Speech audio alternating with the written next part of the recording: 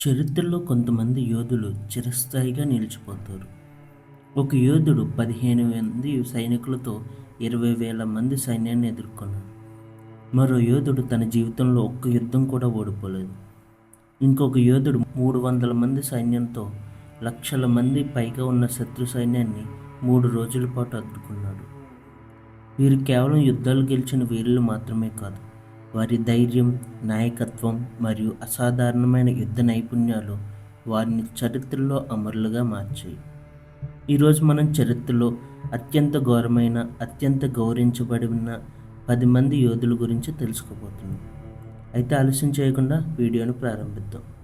మొదటివాడు Richard the lion heart.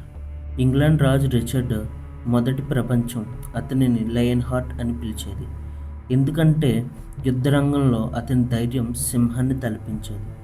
మూడవ crusade సమయంలో అతను సలాదిన్ అనే ముస్లిం ప్రజాస్వామ్యాధిపతితో యుద్ధం చేశాడు. 1192లో జరిగిన జాస్ఫా యుద్ధంలో ఒక అద్భుతం జరిగింది.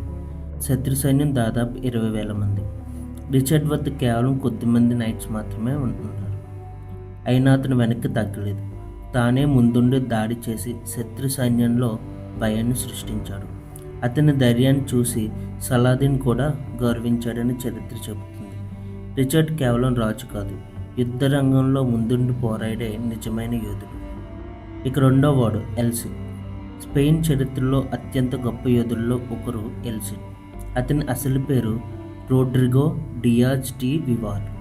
అతను క్రైస్తవుల కోసం మాత్రమే కాదు, ముస్లింల కోసం కూడా యుద్ధాలు చేశాడు. అంటే అతని నైపుణ్యాన్ని 2 వర్గాల ప్రజలు కూడా గౌరవించారు. చరిత్రలో అతను ఒక పెద్ద యుద్ధాన్ని కూడా ఓడిపోలేదని చెబుతారు. అతను వాలెన్సియా నగరాన్ని జయించి తన ఆధీనంలో ఉంచుకున్నాడు.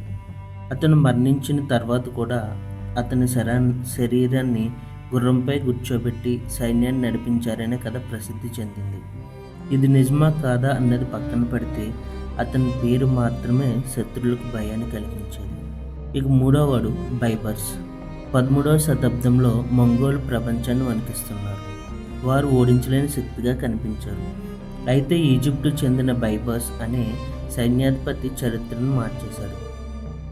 1260లో జరిగిన ఐన్ జులూట్ యుద్ధంలో మంగోల్స్కు మొదటి పెద్ద పరాజయాన్ని ఇచ్చాడు. ఇది సాధారణ విజయం కాదు.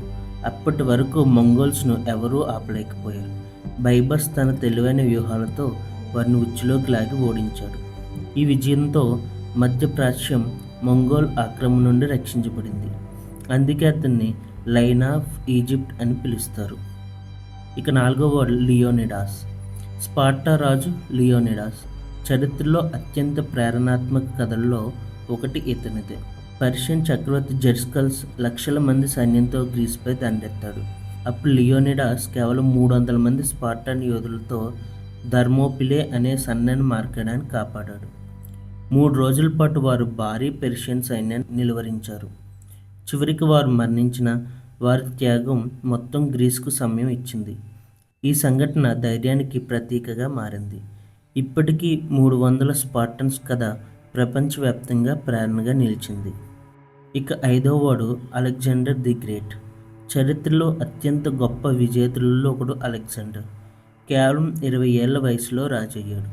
30 ఏళ్లకు వచ్చేసరికి ప్రపంచంలోని అతిపెద్ద సామ్రాజ్యాల్లో ఒకటి నిర్మించాడు.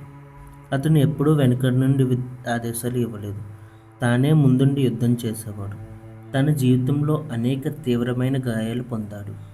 తలకు కత్తిగాయం, భుజానికి భారీ బాణం, ఒకసారి ఊపిరితిత్తుని ఛేదించిన బాణం కూడా తగిలింది. అయినా యుద్ధరంగాన్ని విడిచిపెట్టలేదు. అతని సైన్యం అతన్ని దేవుడిలా గౌరవించేది. ఇక ఆరో వాడు స్కాండర్ బెగ్. ఒటోమన్ సామ్రాజ్యం యూరప్ను ఆక్రమిస్తున్న సమయంలో అల్బేనియాకు చెందిన స్కాండర్ బెగ్ ఎదిగాడు. 25 సంవత్సరాల పాటు అతను ఒటోమన్ సైన్యాన్ని ఎదుర్కొన్నాడు. అనేక యుద్ధాల్లో విజయం సాధించాడు. తనకంటే ఎన్నో రెట్లు పెద్ద సైన్యాలను ఓడించాడు. అతని ధైర్యం అంత గొప్పది కాబట్టే అతను మరణించిన తర్వాత కూడా అతని శత్రువులు అతని ఎముకలను తాయెత్తులుగా ధరించారని చెబుతారు. వారికి అతని ధైర్యం తమలోని వస్తుందని నమ్మకం. ఇక ఏడవవాడు విలియం మార్షల్. చరిత్రలో అత్యుత్తమ నైట్గా గుర్తింపు పొందిన వ్యక్తి విలియం మార్షల్. అతను కేవలం యుద్ధాల్లోనే కాదు, నైట్ టోర్నమెంట్లో కూడా అద్భుత విజయాలు సాధించాడు. తన జీవితంలో దాదాపు 500 మంది ప్రత్యర్థి నైట్స్ను బంధించినట్లు చెప్పబడుతుంది. అతను 4 ఇంగ్లాండ్ రాజులకు సేవ చేశాడు. రాజకీయంగా, సైనికంగా, వ్యక్తిగతంగా అతని ప్రతిభ అసాధారణం. అందుకే చరిత్రకారులు అతన్ని ది గ్రేటెస్ట్ నైట్ అని పిలుస్తారు.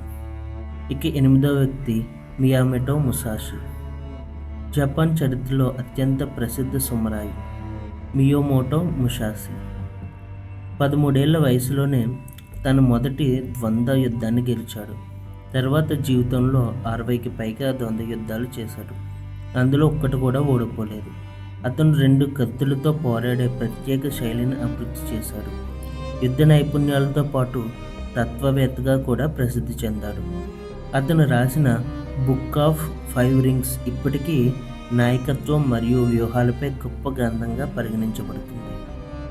ఇక 9వ వ్యక్తి స్పార్టకస్. స్పార్టకస్ ఒక బానిస. అతన్ని గ్లేడియేటర్గా శిక్షణ ఇచ్చారు, కానీ అతను బానిసగా జీవించడానికి ఒప్పుకోలేదు. కొంతమంది సహచరులతో కలిసి తప్పించుకున్నాడు. వంటగది కత్తులతో ప్రారంభమైన తిరుగుబాటు కొద్ది కాలంలోనే వేలాది మంది బానిసల ఉద్యమంగా మారింది. అతను వరుసగా అనేక రోమన్ సైన్యాలను ఓడించాడు, రోమన్ సామ్రాజ్యాన్ని వణికించాడు. చివరికి ఓడిపోయిన స్వేచ్ఛ కోసం పోరాడిన వీరుడిగా చరిత్రలో నిలిచిపోయాడు.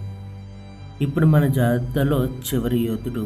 అతను చరిత్రలో ఎన్నడూ ఓడిపోయిన సైన్యాధిపతుల్లో ఒకరిగా గుర్తింపు పొందిన వ్యక్తి. అతనే ఖాలిద్ ఇబ్న్ ఆల్ వలీద్. ప్రపంచం ఆయన్ని సైఫుల్లాహ్ అంటే అల్లా ఒక్క ఖడ్గం అని పిలిచేవారు. ఖాలిద్ మొదట ఇస్లాంకు వ్యతిరేకంగా యుద్ధాలు చేశాడు, కానీ తర్వాత ఇస్లాంను స్వీకరించి చరిత్రలో అత్యంత విజయవంతమైన సైనిక నాయకుల్లో ఒకరిగా ఎదిగాడు. 629వ సంవత్సరంలో జరిగిన ముతాహ్ యుద్ధం అతని జీవితాన్ని మార్చేసింది.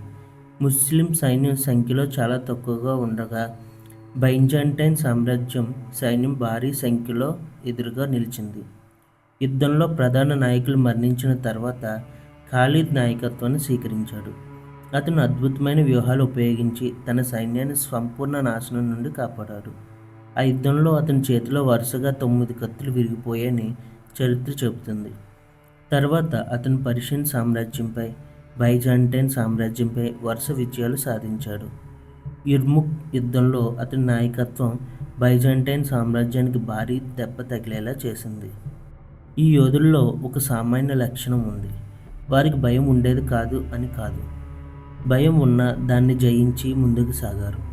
అందుకే శతాబ్దాలు గడిచినా ప్రపంచం వారిని గుర్తించుకుంది. మరి వీరిలో మీకు అత్యంత ప్రేరణ ఇచ్చిన యోధుడు ఎవరు? మీ అభిప్రాయాన్ని కామెంట్లో తెలియచేయండి. ఇలాంటి చరిత్రలోని అద్భుత కథల కోసం మా ఛానల్ని సబ్స్క్రైబ్ చేసుకుని బెల్ ఐకాన్ తప్పకుండా నొక్కండి.